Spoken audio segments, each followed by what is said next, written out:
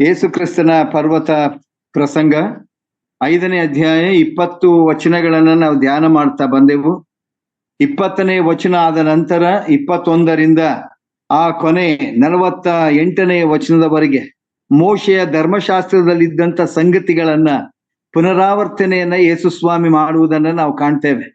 ನಾವೆಲ್ಲ ಹೇಳಲಿಕ್ಕೆ ಸಮಯ ಇಲ್ಲ, ಆದರೆ ಧರ್ಮಶಾಸ್ತ್ರವನ್ನ ನಾನು ತೆಗೆದು ಹಾಕ್ಲಿಕ್ಕೆ ನಾನು ಬಂದವನಲ್ಲ ಎಂಬುದಾಗಿ ಯೇಸು ಸ್ವಾಮಿ ಹೇಳಿ, ಫರಿಸಾಯರು ಮತ್ತು ಶಾಸ್ತ್ರಿಗಳ ಚುಟುಕಾದಂತ ಒಂದು ಅವರ ಪರಿಚಯವನ್ನ ಮಾಡಿ, ನೀವು ಹಾಗೆ ಇರುವುದಾದರೆ ನಿಮಗೆ ಪರಲೋಕದಲ್ಲಿ ಆ ರಾಜ್ಯದಲ್ಲಿ ನೀವು ಸೇರ್ಲಿಕ್ಕೆ ಸಾಧ್ಯ ಇಲ್ಲ ಎಂಬುದಾಗಿ ಹೇಳಿ, ಮೋಶೆ ಬರೆದಂತ ಧರ್ಮಶಾಸ್ತ್ರದಲ್ಲಿ ಇರುವಂತ ವಿಮೋಚನ ಕಾಂಡ 20ನೇ ಅಧ್ಯಾಯದಲ್ಲಿ ನಾವು ನೋಡುವ ಪ್ರಕಾರ ಅಲ್ಲಿದ್ದಂತ ಅನೇಕ ಸಂಗತಿಗಳನ್ನ ಯೇಸು ಕ್ರಿಸ್ತನ ಆತನು ತಿರುಗಿ ತನ್ನ ಶಿಷ್ಯರಿಗೆ ಹೇಳುವಂತದ್ದನ್ನ ನಾವು ಕಾಣ್ತೇವೆ. ಈಗ 6ನೇ ಅಧ್ಯಾಯಕ್ಕೆ ನಾವು ಹೋಗ್ತೇವೆ. 6ನೇ ಅಧ್ಯಾಯದಲ್ಲಿಯೂ ತನ್ನ ಶಿಷ್ಯರಿಗೆ ಮತ್ತೊಂದು ಎಚ್ಚರಿಕೆಯನ್ನ ಆತನು ಕೊಡ್ತಾ ಇದ್ದಾನೆ. ನೋಡ್ರಿ, ಪರ್ವತ ಪ್ರಸಂಗದ ಪ್ರಾರಂಭದ ಸಂಗತಿಗಳು ಅಲ್ಲಿ ನಾವು ನೋಡುವಾಗ 3ರಿಂದ 10 ವಚನಗಳವರೆಗೆ ಯಾವ ಗುಣಗಳನ್ನ ನೀವು ಹೊಂದಬೇಕು ಎಂಬುದಾಗಿ ನಾನು ಪದೇ ಪದೇ ಅದನ್ನ ನಾನು ರಿಪೀಟ್ ಮಾಡ್ತಾನೆ ಇರ್ತೀನಿ ಇದು ಮುಗಿಯೋವರೆಗೂ. ಯಾಕಂದ್ರೆ ಆ ಶಿಷ್ಯರು ಅದನ್ನ ಅಳವಡಿಸಿಕೊಳ್ಬೇಕಾಗಿದೆ.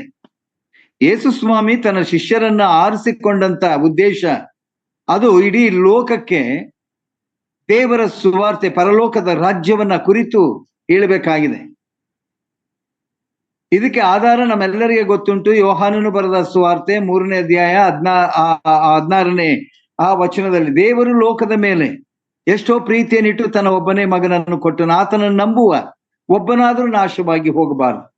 ಯೇಸು ಸ್ವಾಮಿಯ ಆಗಮನ, ಆತನ ಬೋಧನೆಗಳು, ಆತನ ಕಾರ್ಯಗಳು ಎಲ್ಲವೂ ಸಹ ಸಾಮಾನ್ಯ ಜನರು ಸಹ ಆತನ ಜೊತೆಯಲ್ಲಿದ್ದುಕೊಂಡು ಆ ಬೋಧನೆಯನ್ನ ಕೇಳುತ್ತಾ ಪರಲೋಕ ರಾಜ್ಯಕ್ಕೆ ಅವರು ಬಾಧ್ಯರಾಗ್ಲಿಕ್ಕಾಗುವಂತೆ ಆತನ ಸುವಾರ್ತೆಯನ್ನು ಆತನು ಸಾರುವಂತವನಾಗಿದ್ದಾನೆ.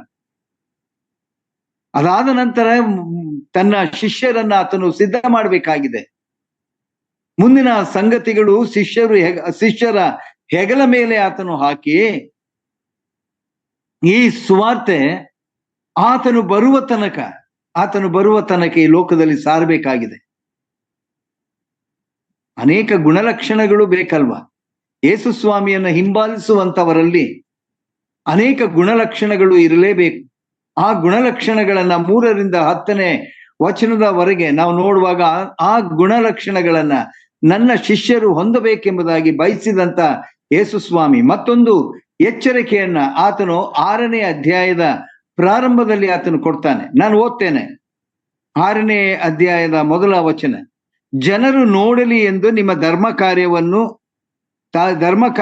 ಅವರ ಮುಂದೆ ಮಾಡಬಾರದು. ನೋಡಿರಿ, ಹಾಗೆ ಮಾಡಿದರೆ ಪರಲೋಕದಲ್ಲಿರುವ ನಿಮ್ಮ ತಂದೆಯ ಹತ್ತಿರ ನಿಮಗೆ ಫಲ ದೊರೆಯದು.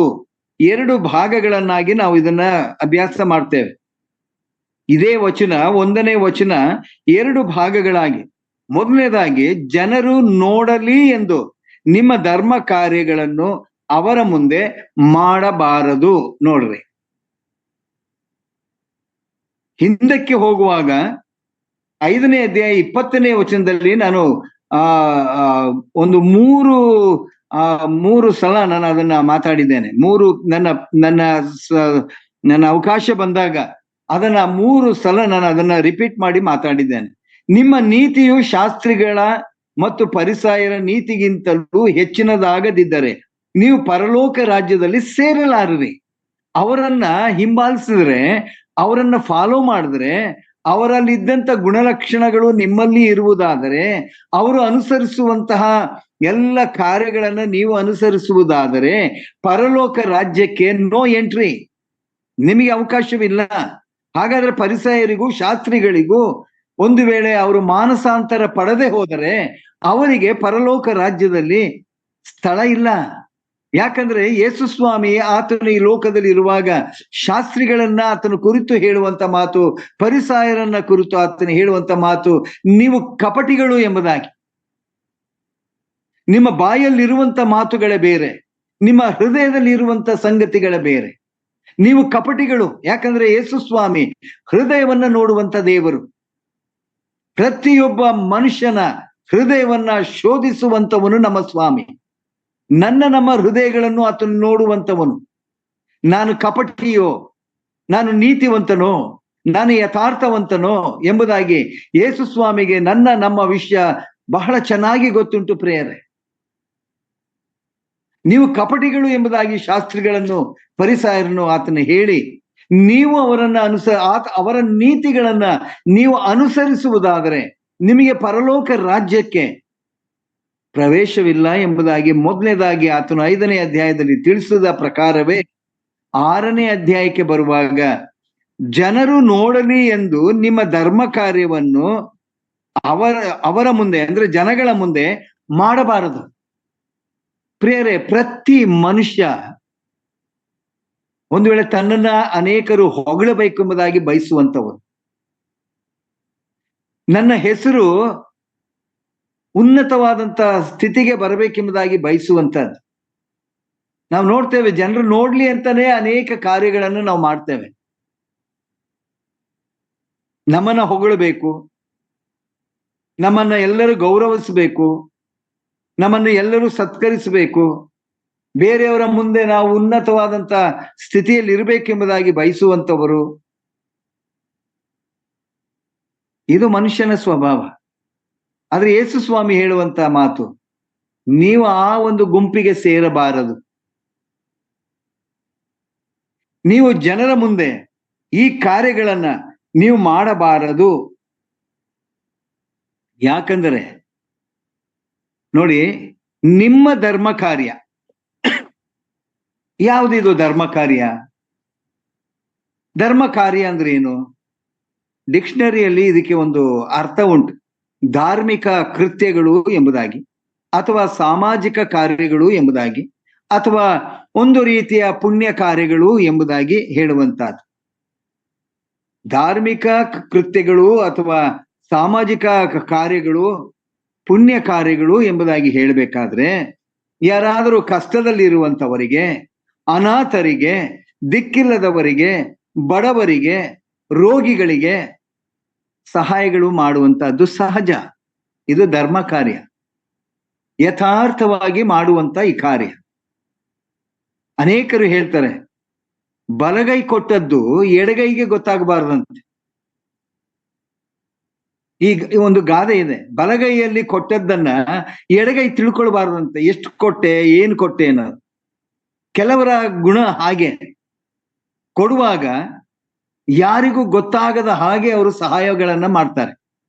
ಕೆಲವರು ಗೊತ್ತಾಗುವ ಹಾಗೆಯೇ ಆ ಸಹಾಯಗಳನ್ನ ಮಾಡ್ತಾರೆ.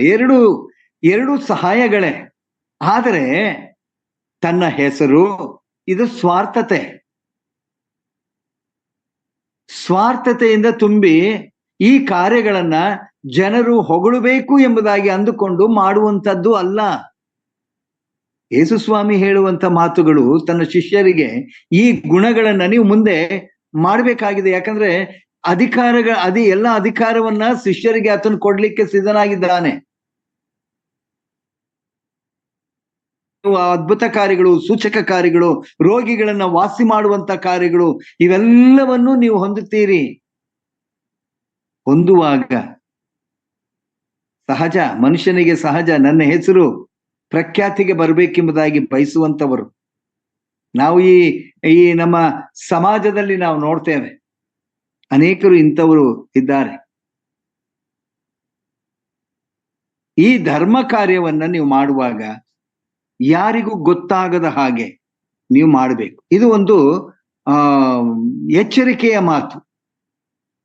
ಒಂದು ವೇಳೆ ಜಾಗ್ರತೆಯಿಂದ ಜೀವಿಸಬೇಕು ಯಾರು ಶಿಷ್ಯರು. ಯಾವ ಎಚ್ಚರಿಕೆ? ಧರ್ಮ ಕಾರ್ಯವನ್ನ ನೀವು ಮಾಡುವಾಗ ತನ್ನನ್ನು ಹೆಚ್ಚಿಸಿಕೊಳ್ಳದೆ, ಒಂದು ವೇಳೆ ಹೊಗಳಿಕೆಗೆ ಒಳಗಾಗದೆ ತಮ್ಮ ಕಾರ್ಯಗಳನ್ನ ಅವರು ಮಾಡಬೇಕು ಎಂಬುದಾಗಿ ಆತನು, ಒಂದು ವೇಳೆ ಕರ್ತನ ಉದ್ದೇಶ ಅದನ್ನೇ ಆತನು ಅವರಿಗೆ ಹೇಳುವಂತವನು ಆತನಾಗಿದ್ದ. ಯಾಕಂದ್ರೆ ದೇವರು ನಮ್ಮನ್ನ ಗಮನಿಸುವಂತ ದೇವರು. ನನ್ನ ಸಂಪಾದನೆ ನಾನು ಗಳಿಸಿಕೊಂಡದ್ದಲ್ಲ, ನನ್ನ ಸೊತ್ತನ್ನ ನಾನು ಗಳಿಸಿಕೊಂಡದ್ದಲ್ಲ, ನಾನು ಇವತ್ತು ಕೋಟ್ಯಾಧಿಪತಿ ಆಗಬೇಕಾದ್ರೆ ಅನೇಕ ಮಾರ್ಗಗಳುಂಟು. ಭೂಮಿಯಲ್ಲಿ ಅಥವಾ ಭೂಲೋಕದಲ್ಲಿ ನಾವು ಇರುವಾಗ ಒಂದು ವೇಳೆ ಹಣವನ್ನ ಸಂಪಾದನೆ ಮಾಡ್ಲಿಕ್ಕೆ ಬೇರೆ ಬೇರೆ ದಾರಿಗಳುಂಟು, ಕೆಟ್ಟ ದಾರಿಗಳು ಉಂಟು.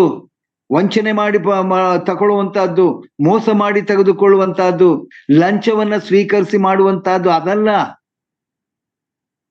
ದೇವರು ನಮ್ಮ ಜೀವಿತಕ್ಕೆ ಏನು ಕೊಡಬೇಕೆಂಬುದಾಗಿ ಆತನು ಅಂದುಕೊಂಡಿದ್ದಾನೋ ಅದನ್ನ ಆತನು ಕೊಡುವಂತವನು ಆತನಾಗಿದ್ದಾನೆ. ನಮ್ಮನ್ನ ಗಮನಿಸಿ ನನ್ನ ಯೋಗ್ಯತೆಗೆ ತಕ್ಕ ಹಾಗೆ ಆತನು ಅನುಗ್ರಹಿಸಿ ಕೊಡುವಂತವನು ಆತನಾಗಿದ್ದಾನೆ. ಇರುವುದರಲ್ಲಿ ತೃಪ್ತಿ ಪಟ್ಟುಕೊಂಡು ಅನೇಕರಿಗೆ ನಾವು ಕೊಡಬೇಕೆಂಬುದಾಗಿ ದೇವರು ಬಯಸುವಂತವನು. ನೋಡ್ರಿ, ಆದರೆ ನಾವು ಈ ಸಂಪಾದನೆ ಮಾಡುವಂತಹದ್ದು ನಾವು ಅನ್ಕೋತೀವಿ, ನಾನ್ ಸಂಪಾದನೆ ಮಾಡಿದ್ದು, ಇದು ನನ್ನದು, ಇದು ನನ್ನ ಸೊತ್ತು.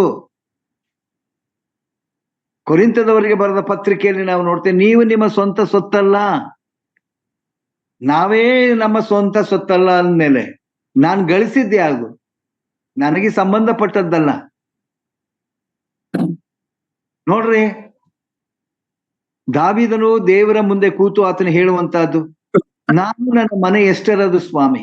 ಅರಸನಾದಂತ ದಾವೀದನು, ಮಹಾವೈಭವದಲ್ಲಿ ಇರುವಂತ ಅರಸನು, ಧನವಂತನಾದಂತ ಐಶ್ವರ್ಯವಂತನಾದಂತ ಅರಸನು, ಆತನು ದೇವರ ಮುಂದೆ ಕೂತಿ ಹೇಳ್ತಾನೆ, ನಾನು ನನ್ನ ಮನೆ ಎಷ್ಟರದು, ಈ ಮಾನ ಮಹಿಮೆ ಪ್ರಭಾವ ಎಲ್ಲವೂ ನಿನ್ನದೇ, ನೀನೇ ಕೊಟ್ಟದ್ದು ಸ್ವಾಮಿ, ನೀನೇ ಕೊಟ್ಟದ್ದು. ಯೋಬ ಆತನು ಎಲ್ಲವನ್ನ ಕಳ್ಕೊಂಡಾಗ ಆತನು ಹೇಳುವಂತ ಮಾತು, ಯೆಹೋವನೇ ಕೊಟ್ಟನು, ಯೆಹೋವನೇ ತೆಗೆದುಕೊಂಡನು. ನೋಡ್ರಿ, ಶಿಷ್ಯರನ್ನ ಆತನು ಹೇಳುವಂತ ಮಾತು, ಒಂದು ವೇಳೆ ಮಾಡುವಂತವ್ರು ಮಾಡ್ಲಿ, ನೀವಂತೂ ಆ ಕಾರ್ಯಗಳನ್ನ ಮಾಡಬಾರದು ಅನ್ನುವಂಥದ್ದನ್ನ ಯೇಸು ಸ್ವಾಮಿ ಹೇಳುವಂತದ್ದು. ಯಾಕಂದ್ರೆ ನಮ್ಮ ಕಾರ್ಯಗಳು ಜನರು ಮೆಚ್ಚುವಂಥದ್ದಲ್ಲ, ಜನರು ಹೊಗಳುವಂಥದ್ದಲ್ಲ, ಅದಾಗಬಾರದು. ದೇವರು ಮೆಚ್ಚುವಂತ ಕೆಲಸವನ್ನ ನಾವು ಈ ಲೋಕದಲ್ಲಿ ಮಾಡ್ಬೇಕು.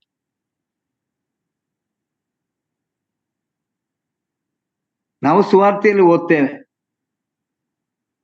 ಒಬ್ಬ ವ್ಯಕ್ತಿ ಯೇಸು ಸ್ವಾಮಿಯ ಬಳಿಗೆ ಆತನು ಬರ್ತಾನೆ. ಬಂದು ಆತನು ಕೇಳುವಂತ ಪ್ರಶ್ನೆ, ಬೋಧಕನೇ, ಒಳ್ಳೆಯ ಬೋಧಕನೇ, ನಾನು ನಿತ್ಯ ಜೀವಕ್ಕೆ ಬಾಧ್ಯನಾಗ್ಬೇಕಾದ್ರೆ ಏನು ಮಾಡಬೇಕು ಅಂತ. ಏನ್ ಮಾಡ್ಲಿ? ನನಗೆ ನಿತ್ಯ ಜೀವ ಬೇಕು,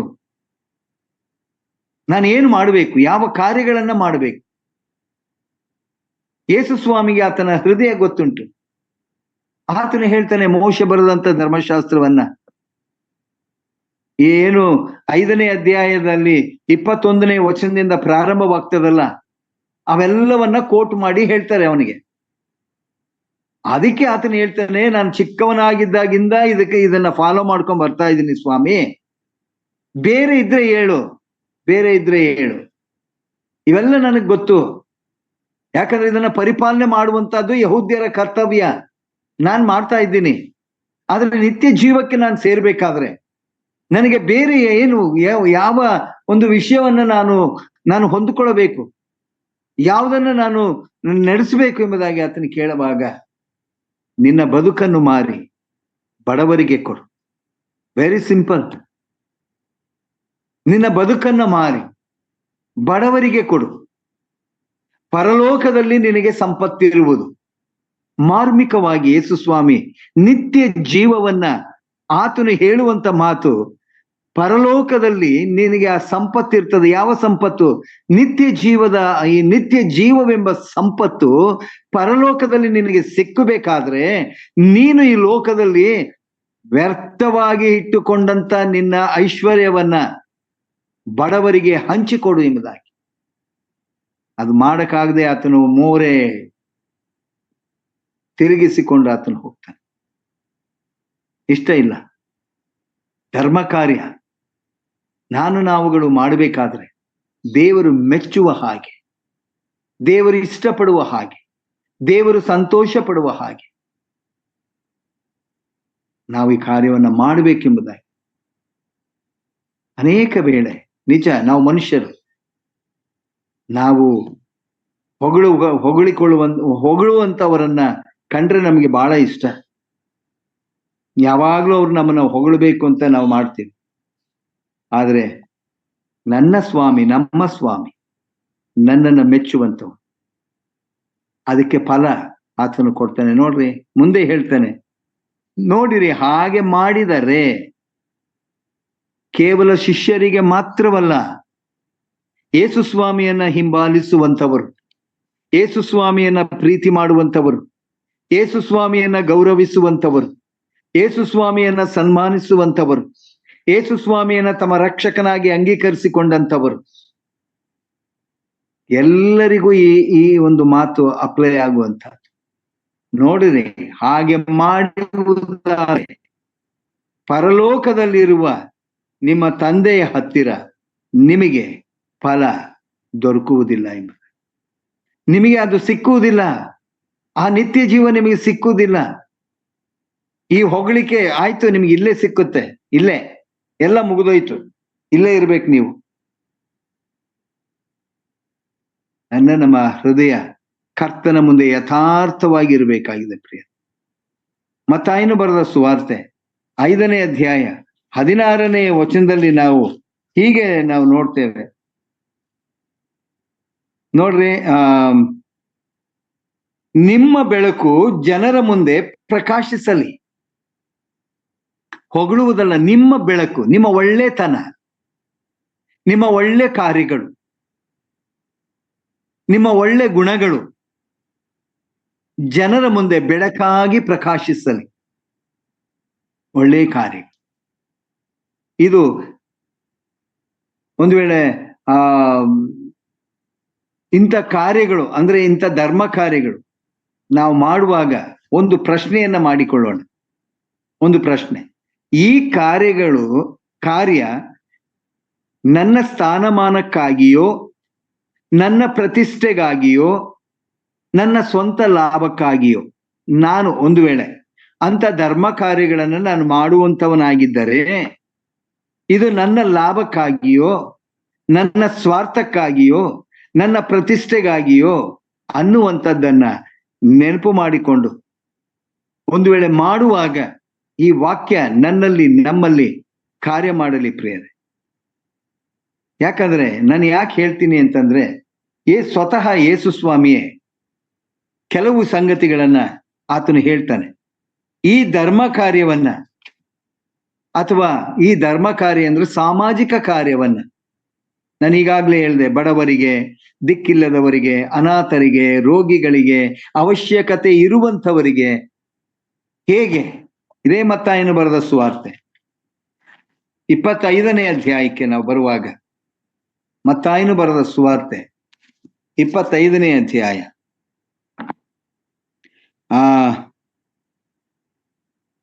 35ನೇ ವಚನದಿಂದ ಓದ್ತೇನೆ. 35ನೇ ವಚನ ಗಮನಿಸಿ. ಯೇಸು ಸ್ವಾಮಿ ಸ್ವತಃ ಈ ಮಾತುಗಳನ್ನ ಆತನು ಹೇಳ್ತಾ ಇದ್ದಾನೆ. ನಮ್ಮ ಧರ್ಮ ಕಾರ್ಯ ಯಾವ ಯಾವ ರೀತಿಯಲ್ಲಿ ಇರಬೇಕು, ಹೇಗಿರ್ಬೇಕು ಅನ್ನುವಂಥದ್ದನ್ನ ಯೇಸು ಸ್ವಾಮಿ ಹೀಗೆ ಹೇಳ್ತಾರೆ. 35ನೇ ವಚನ, ನಾನು ಹಸಿದಿದ್ದೇನು, ನನಗೆ ಊಟಕ್ಕೆ ಕೊಟ್ಟಿರಿ. ನಾನು ಬಾಯಾರಿದ್ದೇನು, ನನಗೆ ಕುಡಿಯುವುದಕ್ಕೆ ಕೊಟ್ಟಿರಿ. ನನ್ನ ಪರದೇಶಿಯಾಗಿದ್ದೇನು, ನನ್ನನ್ನು ಸೇರಿಸಿಕೊಂಡಿರಿ. ಬಟ್ಟೆ ಇಲ್ಲದವನಾಗಿದ್ದೇನು, ನನಗೆ ಉಡುವುದಕ್ಕೆ ಕೊಟ್ಟಿರಿ. ರೋಗದಲ್ಲಿ ಬಿದ್ದಿದ್ದೇನು, ನನ್ನನ್ನು ಆರೈಕೆ ಮಾಡುವುದಕ್ಕೆ ಬಂದಿರಿ. ಸೆರೆಮನೆಯಲ್ಲಿದ್ದೇನು, ನನ್ನನ್ನು ನೋಡುವುದಕ್ಕೆ ಬಂದಿರಿ ಎಂದು ಹೇಳಿದನು. ಈ ಭಾಗ. ಆಗ ಯೇಸು ಸ್ವಾಮಿ ಇದನ್ನ ಮುಗಿಸಿದಾಗ, ಈ ಮಾತುಗಳನ್ನ ಮುಗಿಸಿದಾಗ ಅಲ್ಲಿ ಒಂದು ಪದ ಇದೆ ನೋಡ್ರಿ, ಅದಕ್ಕೆ ನೀತಿವಂತರು, ಅದಕ್ಕೆ ಮನುಷ್ಯರು ಎಂಬುದಾಗಿ ಇಲ್ಲ, ಅದಕ್ಕೆ ನೀತಿವಂತರು. ನೀತಿವಂತರು ಎಂಬುದಾಗಿ ಹೇಳುವಾಗ ತಪ್ಪಿಲ್ಲದವರು, ಯೋಗ್ಯರು, ಯೇಸು ಸ್ವಾಮಿಯನ್ನ ರಕ್ಷಕನಾಗಿ ಅಂಗೀಕರಿಸಿಕೊಂಡಂತವರು. ರೋಮಾಪುರದವರಿಗೆ ಬರೆದ ಪತ್ರಿಕೆ 3ನೇ ಅಧ್ಯಾಯದಲ್ಲಿ ಯಾರು ನೀತಿವಂತರು ಅನ್ನುವುದಕ್ಕೆ ಅಲ್ಲಿ ಒಂದು ಉತ್ತರ ಸಿಗ್ತದೆ. ಆ ನೀತಿವಂತರು ಪ್ರಶ್ನೆಯನ್ನ ಯೇಸು ಸ್ವಾಮಿಗೆ ಕೇಳ್ತಾರೆ. ಏನಂತ ಕೇಳ್ತಾರೆ? ಸ್ವಾಮಿ, ಯಾವಾಗ ನೀನು ಹಸಿದಿದ್ದನ್ನು ಕಂಡು ನಿನಗೆ ಊಟಕ್ಕೆ ಕೊಟ್ಟೆವು? ಅರ್ಥ ಆಗಿಲ್ಲ ಅವ್ರಿಗೆ. ಸ್ವತಃ ಯೇಸು ಸ್ವಾಮಿಗೆ ಯಾವಾಗ ನಾವು ಊಟ ಕೊಟ್ಟಿದ್ದೇವೆ ಅನ್ನುವಂತ ಮಾತನ್ನ ಅವ್ರು ಆಡ್ತಾ ಇದ್ದಾರೆ. ಯಾವಾಗ ನೀನು ಬಾಯಾರಿದ್ದನ್ನು ಕಂಡು ಕುಡಿಯುವುದಕ್ಕೆ ಕೊಟ್ಟೆವು? ಯಾವಾಗ ನೀನು ಪರದೇಶಿಯಾಗಿರುವುದನ್ನು ಕಂಡು ಸೇರಿಸಿಕೊಂಡೆವು? ಇಲ್ಲವೇ ನಿನಗೆ ಬಟ್ಟೆಯಲ್ಲಿದ್ದನ್ನು ಕಂಡು ಉಡುವುದಕ್ಕೆ ಕೊಟ್ಟೆವು? ಯಾವಾಗ ನೀನು ರೋಗದಲ್ಲಿ ಬಿದ್ದಿದ್ದನ್ನು ಅಥವಾ ಸೆರೆಮನೆಯಲ್ಲಿದ್ದದ್ದನ್ನು ಕಂಡು ನಿನ್ನನ್ನು ನೋಡುವುದಕ್ಕೆ ಬಂದವು ಎಂದು ಉತ್ತರವಾಗಿ ಹೇಳುವರು. ಅದಕ್ಕೆ ಅರಸನು, ಅಂದ್ರೆ ಸ್ವಾಮಿ, ಈ ನನ್ನ ಸಹೋದರರಲ್ಲಿ ನೋಡ್ರಿ, ಎರಡು ಭಾಗಗಳು. ಒಂದು, ನೀತಿವಂತರು ಯೇಸು ಸ್ವಾಮಿಯನ್ನ ಕೇಳುವಂತ ಮಾತುಗಳು. ಅದಕ್ಕೆ ಈ ಸಹೋದರರು ನಿನ್ನಂತೆ ನಿನ್ನ ನೆರೆಹೊರೆಯನ್ನು ಪ್ರೀತಿ ಮಾಡ್ರಿ, ಇದು ಎರಡನೇ ಆಜ್ಞೆ. ಅಂತ ಸಹೋದರರು ಇಂಥ ಸ್ಥಿತಿಯಲ್ಲಿರುವಾಗ ಕೇವಲ ಅಲ್ಪನಾದವನೊಬ್ಬನಿಗೆ ಏನೇನು ಮಾಡಿದಿರೋ ಅದನ್ನು ನನಗೂ ಮಾಡಿದ ಹಾಗಾಯ್ತು. ಇದಕ್ಕೂ 6ನೇ ಅಧ್ಯಾಯದ ಮೊದಲ ವಚನಕ್ಕೂ ಇರುವಂತ ಏನಾದ್ರೂ ಲಿಂಕ್ ಇದೆಯಾ? ಆಲೋಚನೆ ಮಾಡೋಣ. ನೀವು ಧರ್ಮ ಕಾರ್ಯವನ್ನ ಮಾಡುವಾಗ ಜನರು ನೋಡಲಿ ಎಂಬುದಾಗಿ ಮಾಡಬಾರ್ದು. ಮಾಡುವಂತವರು ಬೇರೆಯವರಿದ್ದಾರೆ. 5ನೇ ಅಧ್ಯಾಯ 20ನೇ ವಚನ, ಅವ್ರು ಯಾರು ಅನ್ನೋದು ಗೊತ್ತು. ಅವ್ರು ಹಾಗೆ ಪೇಟೆ ಬೀದಿಯಲ್ಲಿ, ದೊಡ್ಡ ದೊಡ್ಡ ಔತಣಕೂಟಗಳಲ್ಲಿ ತಮ್ಮ ಹೆಸರುಗಳು ಪ್ರಖ್ಯಾತಿ ಹೊಂದಬೇಕೆಂಬುದಾಗಿ ಅವ್ರು ಮಾಡುವಂತ ಕಾರ್ಯಗಳು. ಅಲ್ಪನಾದವನಿಗೆ ಏನೇನು ಮಾಡಿದಿರೋ ಅದೆಲ್ಲವೂ ನನಗೂ ಮಾಡಿದ ಹಾಗಾಯ್ತು. ನಿಮ್ಮ ಧರ್ಮ ಕಾರ್ಯಗಳನ್ನ ಮಾಡುವಾಗ ನನಗೂ ನೀವು ಮಾಡ್ತಾ ಇದ್ದೀರಿ ಅನ್ನುವಂಥದ್ದನ್ನ ಯೇಸು ಸ್ವಾಮಿ ಆತನ ಹೇಳ್ತಾನೆ. ಹಾಗಾಯಿತು ಎಂದು ನಿಮಗೆ ಸತ್ಯವಾಗಿ ಹೇಳ್ತೇನೆ. ಹೊಗಳುವುದಾದರೆ, ಹೊಗಳಿಕೆಗೆ ನೀವು ಆಸ್ಪದವನ್ನ ಕೊಟ್ಟು ಮಾಡ್ತೀನಿ ಎನ್ನುವುದಾದರೆ ಅದು ನಿಮ್ಮ ಸ್ವಾರ್ಥಕ್ಕೆ, ಯೇಸು ಸ್ವಾಮಿಗಲ್ಲ.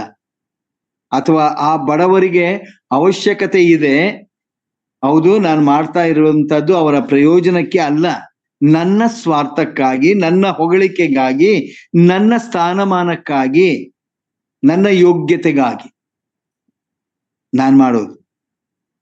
ಇದೇ ಅರ್ಥ. ಯೇಸು ಸ್ವಾಮಿಗಂತೂ ಅಲ್ಲ.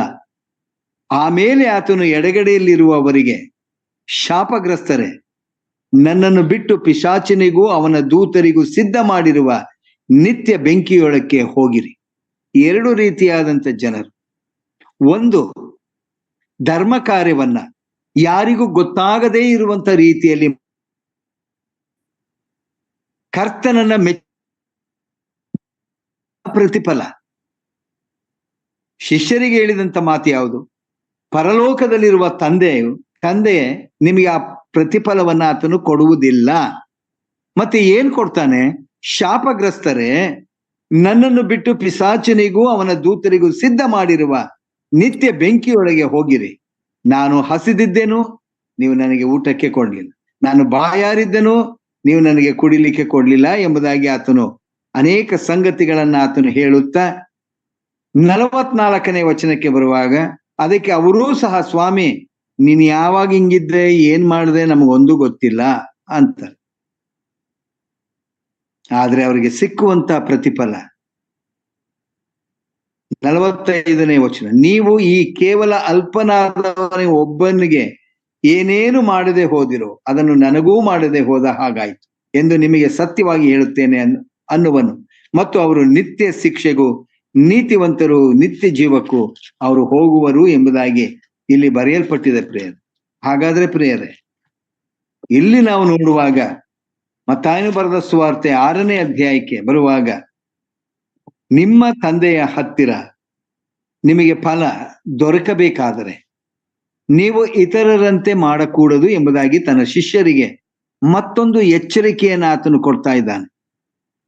ಈ ಎಚ್ಚರಿಕೆಯನ್ನ ನೀವು ಪರಿಪಾಲನೆ ಮಾಡ್ಬೇಕು. ನೋಡ್ರಿ, ಮುಂದಿನ ವಚನ 2ನೇ ವಚನಕ್ಕೆ ನಾವು ಹೋಗುವಾಗ, ಆದದರಿಂದ ಏನು ನಾನು ಹೇಳಿದ್ದೇನೋ, 1ನೇ ವಚನದಲ್ಲಿ ನಾನು ಏನೇನು ನಿಮಗೆ ಹೇಳಿದ್ದೇನೋ ಅದನ್ನ ಕೇಳಿದ ಮೇಲೆ ಆತನು ಹೇಳ್ತಾನೆ, ಆದದರಿಂದ ನೀನು ಧರ್ಮ ಕೊಡುವಾಗ ನಿನ್ನ ಮುಂದೆ ಕೊಂಬೂದಿಸಬೇಡ, ಜನರಿಂದ ಹೊಗಳಿಸಿಕೊಳ್ಳಬೇಕೆಂದು ಕಪಟಿಗಳು ಸಭಾಮಂದಿರದಲ್ಲಿಯೂ ಬೀದಿಗಳಲ್ಲಿಯೂ ಹಾಗೆ ಮಾಡ್ತಾರೆ. ಮಾಡುವಂತವರು ಇದ್ದಾರೆ. ಅದರ ಅರ್ಥ, ಅವರನ್ನು ನೋಡಿ ಎಷ್ಟು ಹೆಸರನ್ನ ಪಡ್ಕೊಂಡಿದ್ದಾರೆ, ಎಷ್ಟು ಹೆಸರನ್ನ ಪಡ್ಕೊಂಡಿದ್ದಾರೆ. ಅವರ ಹೆಸರು ಪ್ರಖ್ಯಾತಿ ಹೊಂದಿದೆ. ನಮ್ಮ ಹೆಸರು ಯಾಕೆ ಬರಬಾರ್ದು? ಅವರ ಹಾಗೆ ನೀವು ಮಾಡಬೇಡ್ರಿ. ನಿಮ್ಮ ಧರ್ಮ ಕಾರ್ಯವನ್ನ ನೀವು ಮಾಡಬೇಡ್ರಿ. ಅವರು ತಮಗೆ ಬರತಕ್ಕ ಪ್ರತಿಫಲವನ್ನ ಹೊಂದಿದ್ದಾಯಿತೆಂದು ನಿಮಗೆ ಸತ್ಯವಾಗಿ ಹೇಳ್ತೇನೆ. ನೀವಾದರೂ ಶಿಷ್ಯರಿಗೆ ಹೇಳುವಂತ ಮಾತು, ನೀವಾದರೂ ಧರ್ಮ ಕೊಡುವಾಗ ನೀನು ಧರ್ಮ ಕೊಟ್ಟದ್ದು ಅಂತರಂಗವಾಗುವ ಹಾಗೆ ನಿನ್ನ ಬಲಗೈ ಮಾಡಿದ್ದು ಎಡಗೈಗೂ ತಿಳಿಯದಿರಲಿ. ಅಂತರಂಗದಲ್ಲಿ ನಡೆಯುವುದನ್ನು ನೋಡುವ ನಿನ್ನ ತಂದೆಯು ನಿನಗೆ ಫಲ ಕೊಡ್ತಾನೆ. ಇದು ಯೇಸುಸ್ವಾಮಿಯ ಸಾರಾಂಶ. ಪ್ರಿಯರೇ, ಇದನ್ನು ನಮ್ಮ ಜೀವಿತಕ್ಕೆ ನಾವು ಅಳವಡಿಸಿಕೊಳ್ಳೋಣ. The teaching of Jesus Christ, not only his disciples. ಅದು ತನ್ನ ಶಿಷ್ಯರಿಗೆ ಮಾತ್ರವಲ್ಲ, ಯೇಸುಸ್ವಾಮಿಯ ಬೋಧನೆ ನಮ್ಮ ಜೀವಿತವನ್ನೇ ಬದಲಾಯಿಸುವಂತ ಬೋಧನೆ, ನಮ್ಮ ಅಂತರಂಗವನ್ನ ನೋಡುವಂತ ದೇವರು.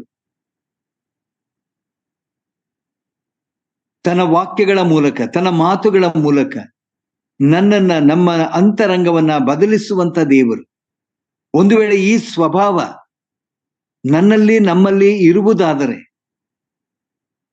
ನನಗೆ ಸಿಕ್ಕುವಂತ ಪ್ರತಿಫಲ ಸಿಕ್ಕಾಗಿದೆ. The reward is registered. ನನಗೆ ಸಿಕ್ಕ ಬಹುಮಾನ ಅದು ಆಗ್ಲೇ ಸಿದ್ಧವಾಗಿ ಹೋಗಿದೆ. ಯಾವ ಸಿದ್ಧವಾಗಿದೆ? ಈಗಾಗಲೇ ಓದಿದ್ವಲ್ಲ, ಮತ್ತಾಯನು ಬರೆದ ಸುವಾರ್ತೆ 25ನೇ ಅಧ್ಯಾಯದಲ್ಲಿ ಯೇಸುಸ್ವಾಮಿ ಹೇಳುವಂತಹದ್ದು, ನಿತ್ಯ ಶಿಕ್ಷೆಗೆ ನಾವು ಗುರಿಯಾಗಬೇಕಾಗಿದೆ. ಇವತ್ತಿದ್ದಾರೆ. ಸಭೆಗೆ ಕಾಣಿಕೆ ಕೊಡು. ಎಷ್ಟು ಕೊಟ್ಟಿದ್ದಾರೆ ಗೊತ್ತಾ ಬ್ರದರ್? ಎಷ್ಟು ಕಾಣಿಕೆ ಕೊಡ್ತಾರೆ ಗೊತ್ತಾ ಬ್ರದರ್? ಅವರು ಹೊಗಳುವಂತಹದ್ದು, ಹೊಗಳಿಕೆಗೆ ಕಾಣಿಕೆ ಕೊಡುವುದು. ನಮ್ಮ ಕಾಣಿಕೆಯನ್ನ ದೇವರು ಕೊಡಿ ಅಂತ ಕೇಳುವುದಿಲ್ಲ, ಯಥಾರ್ಥವಾಗಿ ನಾವು ಕೊಡಬೇಕಾಗಿದೆ. ಕರ್ತನಿಗೆ ಸಲ್ಲಬೇಕಾದಂತ ಕಾಣಿಕೆಯನ್ನ ಕೊಡುವುದು ನಮ್ಮ ಧರ್ಮ. ಹೌದು, ಒಂದ್ ವೇಳೆ ಹಳೆಯ ಒಡಂಬಡಿಕೆಯಲ್ಲಿ ನಾವು ನೋಡುವಾಗ 10ನೇ ಒಂದು ಭಾಗವನ್ನ ಪ್ರತ್ಯೇಕಿಸಿ ಆತನಿಗೆ ಕೊಡಬೇಕಾಗಿತ್ತು. ಎಷ್ಟು ಜನ ನಾವು ಕೊಡ್ತಾ ಇದ್ದೇವೆ?